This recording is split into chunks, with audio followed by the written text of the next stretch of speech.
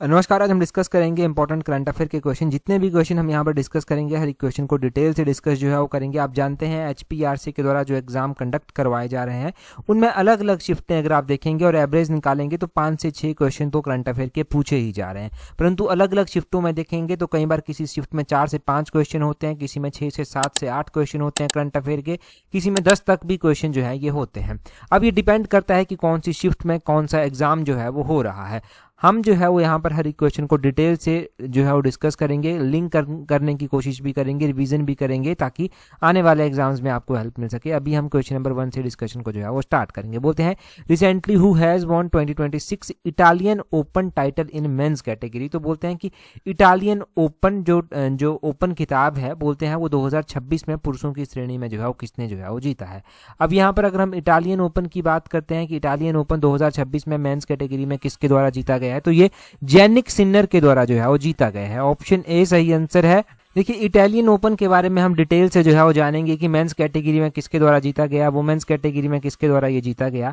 तो देखिए, men's category में जैनिक सिन्नर के द्वारा जीता गया। जैनिक सिन्नर जो है वो इटली के प्लेयर हैं, इटली के लिए खेलते हैं। इन्होंने यहाँ पर जो हराया है वो जो है वो कैस्पर रूड को जो है वो हराया है। तो कैस्पर रूड को इन्होंने फाइनल में हराया है। ये पहले इटालियन मैन बन गए हैं 50 सालों में जिन्होंने ये इटालियन ओपन जो है वो जीता है। साथ में ही जो है वो आपने वुमेन्स कैटेगरी में ध्यान रखना है कि ये जो है वो एलिना स्वितोलिना के द्वारा जीता गया है। ये एलिना स्वितोलिना जो है वो यूक्रेन कंट्री की हैं और इन्होंने जो यहाँ पर हराया है वो इन्होंने यहाँ पर कोको गॉफ को जो है वो हराया है। तो ये भी ध्यान रखना है किसको हराया है। कई बार ऐसे पूछ लिया जाता है कि किसको हराया है। यहाँ पर ही अगर हम बात करते हैं, यहाँ पर अलग अलग अवार्ड जो जीते गए हैं अभी तक, तो उसमें जो है वो आपने मेंस सिंगल में ऑस्ट्रेलियन ओपन भी ध्यान रखना है। ऑस्ट्रेलियन ओपन भी बहुत बार एग्जाम में पूछा जाता है। ऑस्ट्रेलियन ओपन मेंस कैटेगरी में जो है कार्लोस अल्काराज के द्वारा जीता गया है और वुमेन्स कैटेगरी के द्वारा एलिना रायबैकिना के द्वारा जो है वो जीता गया है। यहाँ पर 2 नाम दिए गए हैं, एक एलिना स्वितोलिना दिया गया है जिन्होंने इटालियन ओपन महिलाओं की श्रेणी में जीता है, एक एलिना रायबैकिना भी हैं, इनके द्वारा जो है वो ऑस्ट्रेलियन ओपन जीता गया है महिलाओं की कैटेगरी में। तो एक तो हो गया आपका ये इटालियन ओपन, एक हो गया ऑस्ट्रेलियन ओपन। इसी तरह आपने ये दोनों अवार्ड याद रखने और इन दोनों अवार्ड के 4 नाम तो जरूर ध्यान रखने क्योंकि यहाँ से पक्का एग्जाम में क्वेश्चन बनेगा। नेक्स्ट क्वेश्चन देखेंगे हमारे पास क्या पूछा गया है। यहाँ पर बोलते हैं according to article 124(1) of the constitution of India the power to increase the number of जजेस in supreme court is vested in which body. तो बोलते हैं कि अगर हम आर्टिकल 124(1) की बात करेंगे तो बोलते हैं यहाँ पर कि आर्टिकल नंबर 124(1) जो है वो बोलते हैं कि जजेस की जो स्ट्रेंथ है सुप्रीम कोर्ट में वो बढ़ाई जा सकती है, परंतु ये पावर किसके पास जो है वो दी गई है। तो सुप्रीम कोर्ट में पहले तो ध्यान रखना है कि सुप्रीम कोर्ट में जो जजेस की पावर बढ़ाई जा सकती है वो आर्टिकल नंबर 124(1) में जो है वो उसका प्रोविजन जो है वो किया गया है। हम बात कर रहे हैं यहाँ पर कि कौन इसको बढ़ा सकता है, तो पार्लियामेंट के पास ये पावर दी गई है, parliament of India. Option B जो है वो इसका सही आंसर हो जाएगा। आर्टिकल नंबर 124(1) की अगर हम बात करते हैं तो इसमें क्या बात की गई है, इसमें बात की गई है कि एक सुप्रीम कोर्ट होगा जिसका चीफ जस्टिस होगा और 7 अदर जजेस जो है वो होंगे। ये इसमें ओरिजिनली बात की गई है, परंतु इसमें यह भी कहा गया है कि पार्लियामेंट के पास ये अथॉरिटी दी जाती है कि वो इन नंबर्स को जो है वो इंक्रीज कर सकता है।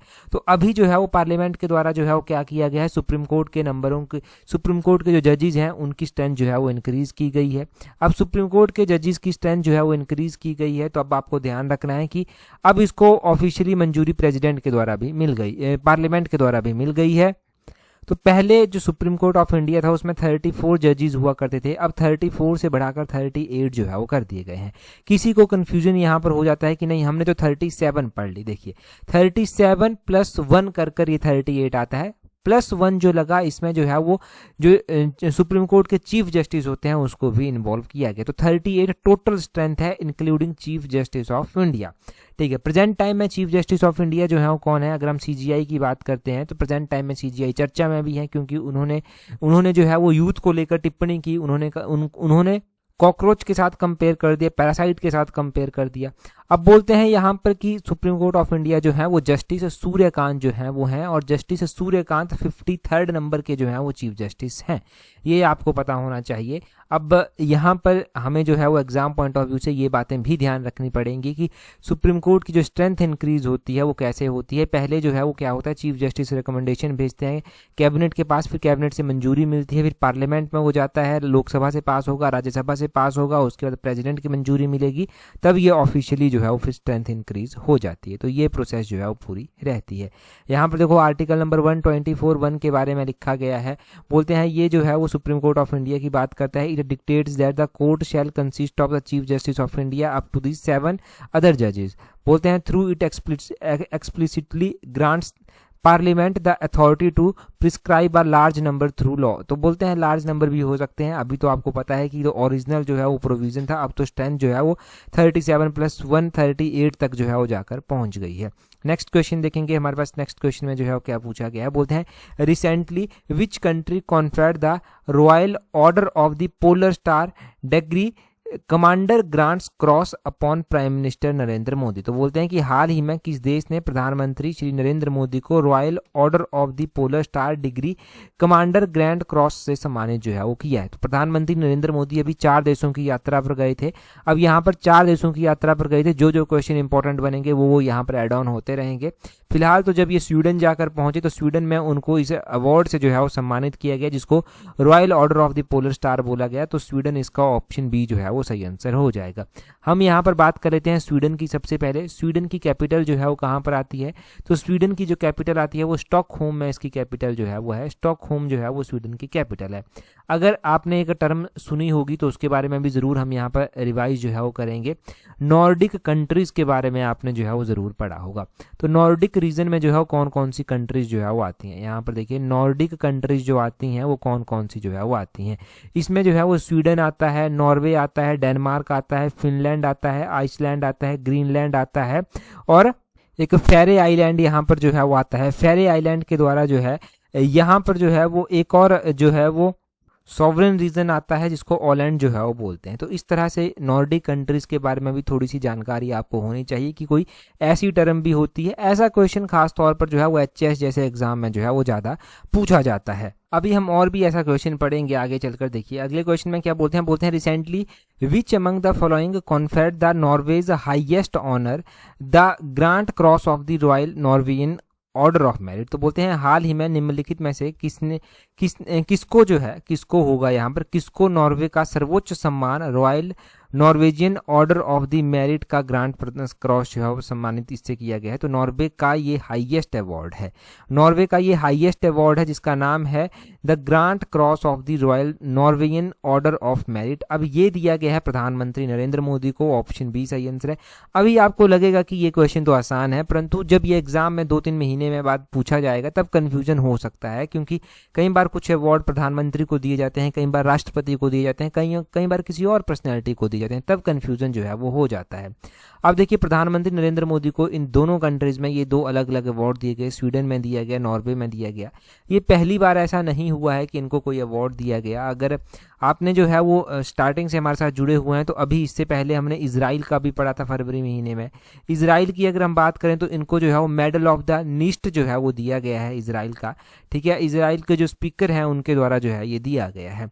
और वैसे ही उससे पहले दिसंबर 2025 में उनको ओमान का दिया गया था। ओमान का इनको जो है वो ऑर्डर ऑफ ओमान अवार्ड जो है वो दिया गया था। दिसंबर में ही जो है ये इथोपिया की यात्रा पर भी गए थे। इथोपिया में इनको ग्रेट ऑनर निशान ऑफ इथोपियन अवार्ड जो है वो दिया गया था। तो ये अवार्ड इनको मिल चुके हैं जब ये अलग अलग कंट्रीज़ की यात्रा पर जो है वो गए हैं। और यहाँ पर मोस्ट इंपॉर्टेंट अभी नॉर्वे और स्वीडन का ये चर्चा में है तो ये हो जाएगा। साथ में इजराइल का भी इंपॉर्टेंट है क्योंकि ये जो मेडल ऑफ निस्ट दिया गया ना, ये पहली बार प्रधानमंत्री नरेंद्र मोदी को दिया गया, ये इसलिए भी जो है वो इंपॉर्टेंट हो जाता है। तो इतना तो आप याद रख ही लेंगे। अगला क्वेश्चन देखिए क्या पूछा गया है यहाँ पर। आगे बोलते हैं यहाँ पर recently which of the following country join India's Venus orbiter mission also called as Shukrayaan. तो इंडिया का एक शुक्रयान यानी कि वीनस पर, शुक्र ग्रह पर जो है वो भेजने वाला मिशन है जिसको जो है वो वीनस ऑर्बिटर मिशन नाम जो है वो दिया गया है और हिंदी में इसको शुक्रयान बोला गया। बोलते हैं किस देश ने अभी भारत को इस मिशन के लिए जो है वो ज्वाइन किया है। तो शुक्रयान के लिए जो है वो इंडिया को ज्वाइन किसके द्वारा किया गया है, वो किया गया है अभी स्वीडन के द्वारा। ऑप्शन बी इसका जो है वो सही आंसर हो जाएगा। शुक्रयान का आपने ध्यान रखना है कि स्वीडन ने भारत को जो है वो ज्वाइन ऑफिशियली जो है वो किया है। और स्वीडन की कैपिटल तो आपने देख ली, स्टॉकहोम। ये जो वीनस ऑर्बिटर मिशन है, वैसे ये इसरो का जो है वो मिशन है, और इसरो के बारे में भी क्वेश्चन बहुत बार एग्जाम में पूछे गए हैं। एक तो क्वेश्चन यही पूछ लिया जाता है कि इसरो की स्थापना जो था वो कब की गई थी। तो इसरो की स्थापना जो था वो 1969 में की गई थी, और एग्जैक्टली 15 अगस्त को इसकी स्थापना जो था वो हुई थी 1969 में। ये भी आपने ध्यान रखना है। साथ में जब प्रधानमंत्री नरेंद्र मोदी जो है वो 4 कंट्री की जो है वो विजिट पर गए, तो उन 4 कंट्रीज की कैपिटल भी पता आपको होनी चाहिए। एक तो नॉर्वे की हम बात कर रहे थे, तो नॉर्वे की कैपिटल जो है वो ओस्लो जो है वो नॉर्वे की कैपिटल है। ओस्लो नॉर्वे की कैपिटल है। स्वीडन की यात्रा पर ये गए थे, स्वीडन की आपने स्टॉकहोम जो है वो कैपिटल जान ली। इटली की यात्रा पर भी ये गए, इटली की कैपिटल जो है वो रोम, इटली की कैपिटल जो है वो है रोम, आपने ध्यान रखना है, रोम शहर। और एक नीदरलैंड्स की कैपिटल, नीदरलैंड्स जो है ये गए हैं, तो नीदरलैंड्स की कैपिटल भी आपने जो है वो ध्यान रखनी है कि नीदरलैंड्स की जो है वो कैपिटल कहाँ पर स्थित है। तो एम्स्टरडैम मैंने पहले भी बताया था, एम्स्टरडैम में जो है वो नीदरलैंड की कैपिटल जो है वो है। तो ये कंट्रीज, इनकी कैपिटल्स, इसरो, शुक्रयान, ये सब आपको यहाँ से याद रहना चाहिए, कंपलसरी है। अगला क्वेश्चन हम देखेंगे, परंतु अगला क्वेश्चन हम डिस्कस करें उससे पहले अगर आप तैयारी कर रहे हैं अपने जनरल अवेयरनेस सेक्शन के लिए, चाहे वो आपका आने वाला टीचर का एग्जाम हो गया, चाहे वो आपका आने वाला टेक्निकल फील्ड में जेई का एग्जाम हो गया, फार्मेसी ऑफिसर का एग्जाम हो गया, जहाँ पर भी जिस भी एग्जाम में आपको जनरल अवेयरनेस के सेक्शन में दिक्कत आ रही है, क्योंकि जिस एस्पिरेंट को मेरिट बनानी है और अच्छा स्कोर करना है, अपना रैंक सिक्योर करना है, उसको पता है कि ये जो जनरल अवेयरनेस का सेक्शन है ये कितना इंपॉर्टेंट है, और इसमें अच्छा स्कोर भी किया जा सकता है, साथ में ही इसमें 100% स्कोर भी किया जा सकता है। मतलब ऐसा मान के चलेंगे 35 में से 35 क्वेश्चन, परंतु 35 में से 35 क्वेश्चन तो बहुत कम ठीक होंगे, 35 में से 30-32 क्वेश्चन तो आप आराम से ठीक कर सकते हैं। अगर ऐसा स्कोर करेंगे तो रैंक भी अच्छा रहेगा, और इसी के लिए हमने एक अलग से टेस्ट सीरीज चलाई हुई है। उस टेस्ट सीरीज का लिंक नीचे डिस्क्रिप्शन बॉक्स और कमेंट बॉक्स में दिया गया है, वहां से उस टेस्ट सीरीज को आप जो है ज्वाइन कर सकते हैं। नेक्स्ट क्वेश्चन देखिए क्या बोलते हैं यहाँ पर विच of the following country will host the G20 foreign minister meetings 2026। तो G20 की फॉरेन मिनिस्टर की ये मीटिंग जो है वो होगी। अब बोलते हैं G20 की ये फॉरेन मिनिस्टर्स की मीटिंग जो होगी, अब बोलते हैं ये कौन सी कंट्री जो है वो होस्ट जो है वो इसको करेगी। अब ये जो है वो इसको होस्ट करेगी यूएसए। आपने ये यूएसए का नाम ऑप्शन बी जो है वो ध्यान रखना है। अक्टूबर महीने में जो है ये होगी G20 फॉरेन मिनिस्टर की मीटिंग, और यूएसए में भी अगर आप बात करें तो अटलांटा जॉर्जिया में जो है ये होगी, वहाँ पर जाकर यूएसए में जो है ये होगी। अगर हम बात करते हैं यूएसए की कि ठीक है यूएसए में ये होने जो है वो जा रही है, यूएसए की 2026 की जो यूएसए की 2026 की जो G20 की G20 की समिट होने जा रही है, वो कौन सी कंट्री होस्ट कर रही है। तो G20 ध्यान रखना 2026 में यूएसए जो है वो होस्ट कर रहा है।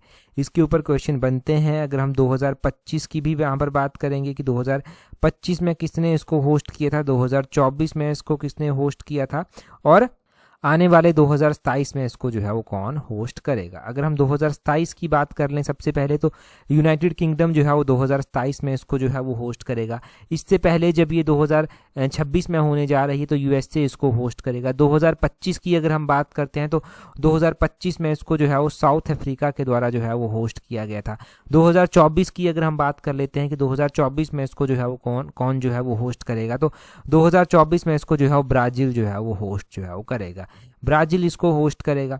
ठीक है, ऐसे आपने ये सारा ध्यान रखना है कि 2024, 25, 26, 27 कौन कौन कंट्रीज इसको होस्ट करेंगी। मैं क्यों 4 ही कंट्रीज बता रहा हूँ, क्योंकि ये मैच करने को कई बार आ जाता है। तो मैच करने को अगर ये चार ईयर अगर आपके पास आ गए तो आप इजीली इसको मैच कर पाएंगे। इनमें से अगर कोई 3 ईयर भी आपने याद रख ली तो चौथा ऑटोमेटिकली याद रह जाएगा और उसको एक ऑप्शन एलिमिनेट कर सकते हैं। ठीक है, तो इस तरह से आपको जो है ये पता होना चाहिए। अगर हम बात सबमिट की कर ही रहे हैं तो एक ऐसा ही क्वेश्चन हमने पहले पढ़ा भी था और वो असिस्टेंट स्टाफ नर्स के एग्जाम में पूछा भी गया था। हमने जो है वो COP 31 के बारे में जो था वो पढ़ा था कि COP 31 को कौन होस्ट करेगा, और उसी दौरान 4-5 दिनों के बाद जब असिस्टेंट स्टाफ नर्स का पेपर हुआ था और उसमें ऐसा ये क्वेश्चन पूछा गया। COP 31 को जो है वो होस्ट करेगी तुर्की कंट्री। ये आपने ध्यान रखना है कि तुर्की जो है वो COP 31 को जो है वो होस्ट करेगी। इसमें भी मैंने COP 31 में भी आपको बड़े डिटेल से जो है बता रखा है कि कॉप 31 जो है वो कौन होस्ट करेगा, कॉप 31 कौन से ईयर में होगा, तो कॉप 31 2026 में जो है वो होगा। इससे पहले कॉप 30 जो था वो हुआ था, कॉप 30 जो है वो ब्राज़ील के बेलम में जो है वो होस्ट हुआ था। कॉप 31 के अलावा 32 भी आप ध्यान रख सकते हैं कि 32 जो है वो किसके द्वारा होस्ट किया जाएगा, तो वो इथोपिया के द्वारा अगले साल जो है वो होस्ट किया जाएगा। ठीक है जी, तो इस तरह से आपको ये पता थोड़ा सा होना चाहिए, रिवीजन भी आपका हो गया। यहाँ पर लिखा गया है कि अक्टूबर 2026 में संयुक्त राज्य अमेरिका द्वारा जॉर्जिया के अटलांटा में जो है वो G20 विदेश मंत्रियों की बैठक की मेजबानी जो है वो की जाएगी, जो मैंने आपको बता दिया। अगला क्वेश्चन देखिए जी क्या बोलते हैं। अगले क्वेश्चन में बोलते हैं यहाँ पर, recently which state announced the establishment of India's first dedicated human elephant conflict research centre.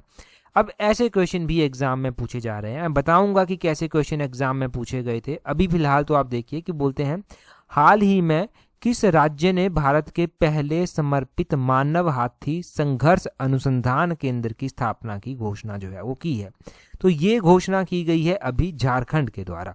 Jharkhand के द्वारा जो है ये घोषणा जो है वो की गई है, तो झारखंड इसका ऑप्शन बी आप सही आंसर ध्यान रखेंगे। किस किस तरह के क्वेश्चन यहाँ पर मिलते जुलते क्वेश्चन किस किस तरह के एग्जाम में पूछे जा रहे हैं। एक एग्जाम हमने देखा था जहां पर क्या क्वेश्चन पूछा गया था, गज मित्र के बारे में पूछा गया था।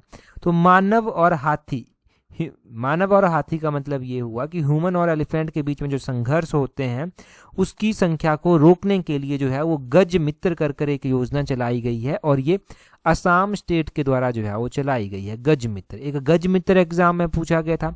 दूसरा एक ऐसा ही इस तरह का क्वेश्चन प्रोजेक्ट एलिफेंट के बारे में पूछा गया था कि प्रोजेक्ट एलिफेंट जो है वो कौन से ईयर में लॉन्च हुआ था। प्रोजेक्ट एलिफेंट जो है वो 1992 में जो था वो लॉन्च किया गया था। और जो बोलते हैं विश्व में हाथी दिवस भी मनाया जाता है, वर्ल्ड एलिफेंट डे भी मनाया जाता है। वो कब मनाया जाता है, वो अगस्त महीने की 12 तारीख को मनाया जाता है। यहाँ पर वर्ल्ड एलिफेंट डे आपने ध्यान रखना है कि कब मनाया जाता है, वो 12 अगस्त को मनाया जाता है। प्रोजेक्ट एलिफेंट हो गया, प्रोजेक्ट एलिफेंट जो है वो 1992 में लॉन्च किया गया था। गज मित्र आपने जान लिया। वैसे ही मानव और वन्य जीव संघर्ष से निपटने के लिए एक प्रोजेक्ट हनुमान भी चलाया गया है। ये प्रोजेक्ट हनुमान गजमित्र की तरह ही है। प्रोजेक्ट हनुमान जो लॉन्च किया गया है वो आंध्र प्रदेश के द्वारा जो है वो किया गया है। ठीक है, आंध्र प्रदेश के द्वारा जो है ये लॉन्च किया गया है। और साथ में ही हाथी महोत्सव भी मनाया जाता है। ये क्वेश्चन बड़े पहले पूछा गया था एग्जाम में। ठीक है, तो ये तो जीके में आ जाता है कि हाथी महोत्सव कहाँ पर मनाते हैं, तो वो राजस्थान के जयपुर में जो है वो मनाया जाता है। इतना सा यहाँ से ध्यान रख लेना। अगला क्वेश्चन देखिए, नेक्स्ट क्वेश्चन में क्या पूछा गया है। अगले क्वेश्चन में बोलते हैं the 79th world health assembly WHA 79 has begin in, तो बोलते हैं कि अभी जो है वो वर्ल्ड हेल्थ असेंबली जो है वो चली हुई है। अब बोलते हैं कि ये वर्ल्ड हेल्थ असेंबली जो है वो कहाँ पर चली हुई है। वर्ल्ड हेल्थ असेंबली जो है वो कहाँ पर चली हुई है, ये जेनेवा स्विट्जरलैंड में जो है वो चली हुई है। जेनेवा स्विट्जरलैंड में चली हुई है। अब इंडिया इस यहाँ पर पार्टिसिपेट कर रहा है, तब ये चर्चा में आया। इंडिया के जो हेल्थ मिनिस्टर हैं वो जगत प्रकाश नड्डा हैं, वो यहाँ पर पहुंचे तब ये चर्चा में आया। अब हम वर्ल्ड हेल्थ ऑर्गेनाइजेशन की बात जो है वो कर लेते हैं। वर्ल्ड हेल्थ ऑर्गेनाइजेशन आता है जिसका हेडक्वार्टर कहाँ पर आता है, जेनेवा स्विट्जरलैंड में, जिसका हेडक्वार्टर जो है वो आता है। इसकी स्थापना जो था वो कब की गई थी, 7 अप्रैल को इसकी स्थापना की गई थी। ईयर कौन सा था, 1948 में इसकी स्थापना की गई। 7 अप्रैल को जब इसकी स्थापना की गई तभी हम विश्व स्वास्थ्य दिवस भी मनाते हैं। वर्ल्ड हेल्थ डे भी जो है वो तभी 7 अप्रैल को जो है वो मनाया जाता है। ठीक है, 7 अप्रैल को वर्ल्ड हेल्थ डे मनाया जाता है। जैसे वर्ल्ड हेल्थ असेंबली जो है वो जेनेवा स्विट्जरलैंड में हो रही है, वैसे ही जो है वो वर्ल्ड इकोनॉमिक फोरम के बारे में भी क्वेश्चन जो है वो पूछे जाते हैं। वर्ल्ड इकोनॉमिक फोरम 2026 में जो हुई वो 56 नंबर की जो था वो हुई थी। ये जनवरी महीने में जो था वो हुई थी 2026 में। और ये कहाँ पर हुई थी, तो ये जो है वो दावोस में हुई थी। दावोस स्विट्जरलैंड में जो था ये हुई थी। दावोस स्विट्जरलैंड आपने ध्यान रखना है कि यहाँ पर ये जो है वो वर्ल्ड इकोनॉमिक फोरम 2026 में हुई और 56 नंबर की हुई। और इस साल जो वर्ल्ड हेल्थ असेंबली हो रही है वो 79 नंबर की जो है वो हो रही है। ये सब आपको यहाँ से याद रह जाएगा। अगला क्वेश्चन देखिए, बोलते हैं international museum day every year observed on, तो ये अंतर्राष्ट्रीय संग्रहालय दिवस भी मनाया जाता है और इसके ऊपर क्वेश्चन भी बनते हैं एग्जाम में। अब ये बोलते हैं अंतर्राष्ट्रीय संग्रहालय दिवस हर साल मनाते हैं, कब जो है वो मनाते हैं? ये 18 मई को जो है वो अंतर्राष्ट्रीय संग्रहालय दिवस जो है वो मनाया जाता है। ऑप्शन सी इसका सही आंसर हो जाएगा। मई महीने में 18 मई को मनाया जाता है। ध्यान रखना है आपने यहाँ पर कि इंटरनेशनल म्यूजियम डे 2026 में जो मनाया गया उसकी थीम रखी गई थी म्यूजियम यूनाइटिंग आ डिवाइडेड वर्ल्ड। ये इसकी थीम जो था वो रखी गई थी, म्यूजियम यूनाइटिंग आ डिवाइडेड वर्ल्ड, ये इसकी थीम जो था वो रखी गई थी। यहीं पर ही हम कुछ और भी इंपॉर्टेंट चीज़ों के बारे में जान लेते हैं, कुछ इंपॉर्टेंट फैक्ट जो है वो यहाँ पर जान लेते हैं। हमें जो है वो एक तो जनवरी में, एक तो मई महीने के इंपॉर्टेंट डेज जो हैं वो ध्यान रखने हैं कि मई में कौन कौन से इंपॉर्टेंट डे हमने पढ़े हैं। तो एक तो हमने इंटरनेशनल लेबर डे पढ़ा है, अंतर्राष्ट्रीय मजदूर दिवस 1 मई को जो है ये पढ़ा है। 2 मई को बार बार रिवाइज करवाया मैंने कि एक मछली है ट्यूना, तो विश्व ट्यूना दिवस जो है वो 2 मई को मनाया जाता है। विश्व प्रेस फ्रीडम इंडेक्स भी मनाया जाता है, विश्व प्रेस फ्रीडम डे ये जो है वो मनाया जाता है 3 मई को। और 3 मई को ही हमने जो है वो इंटरनेशनल लेपर्ड डे भी जो है वो पढ़ा है। यहाँ पर आपने एक और बात ध्यान रखनी है, पीएम मोदी गए नॉर्वे, तो नॉर्वे जो है वो चर्चा में रहा। अब नॉर्वे आपको भी याद रह जाएगा, चर्चा में रहा, उनका क्रिटिसाइज हुआ, वटएवर जो भी हुआ।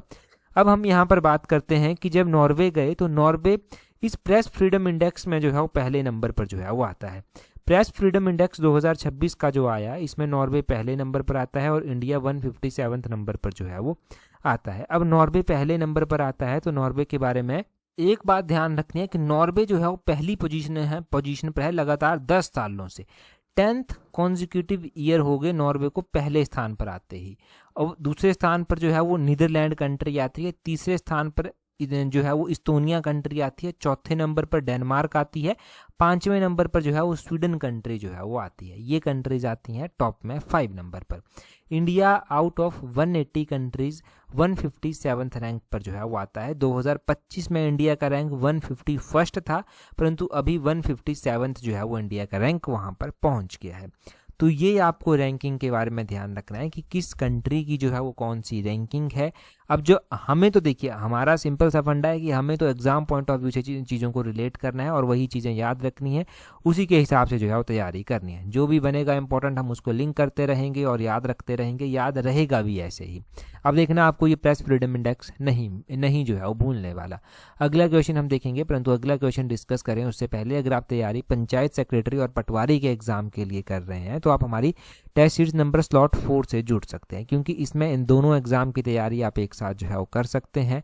साथ में ही जो है वो आप इन दोनों एग्जाम की तैयारी एक साथ करेंगे तो रिलेट कर तैयारी कर पाएंगे और पॉकेट फ्रेंडली टेस्ट सीरीज भी आपके लिए ये रहने वाली है।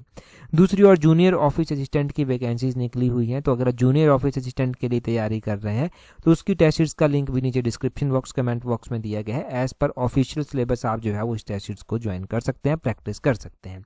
क्वेश्चन देखिए जी अगला क्या बोलते हैं रिसेंटली WHO मतलब world health organization declare public health emergency due to Ebola outbreak in which 2 African nations. तो हाल ही में वर्ल्ड हेल्थ ऑर्गेनाइजेशन के द्वारा इबोला के प्रकोप के कारण सार्वजनिक स्वास्थ्य आपातकाल की घोषणा की गई है 2 अफ्रीकन कंट्रीज में। ये 2 अफ्रीकन कंट्रीज जो है वो कौन कौन सी हैं? तो अभी 2 अफ्रीकन कंट्रीज में जो है वो इबोला आउटब्रेक हुआ और वहीं से जो है वो हेल्थ इमरजेंसी जो है पब्लिक हेल्थ इमरजेंसी जो है वो डिक्लेयर कर दी गई वर्ल्ड हेल्थ ऑर्गेनाइजेशन के द्वारा। ये 2 कंट्री हैं, एक कॉन्गो है, एक युगांडा है। ऑप्शन ए इसका सही आंसर हो जाएगा। कॉन्गो और युगांडा में जो है वो की गई है। यहाँ पर वही लिखा गया है कि WHO world health organization declares Ebola outbreak in Congo and Uganda a public health emergency of international concern. International concern को देखते हुए जो है वो यहाँ पर ये जो है वो घोषित कर दी गई है। हम यहाँ पर बात कुछ एग्जाम पॉइंट ऑफ व्यू से इंपॉर्टेंट चीज़ों की कर लेते हैं। वर्ल्ड हेल्थ ऑर्गेनाइजेशन के बारे में तो आप पहले ही सब कुछ जान चुके हैं। वर्ल्ड हेल्थ ऑर्गेनाइजेशन के द्वारा जो है वो पोलियो आउटब्रेक भी जो है वो किया गया था, मतलब पोलियो भी एक कंट्री में जो है वो घोषित किया गया था।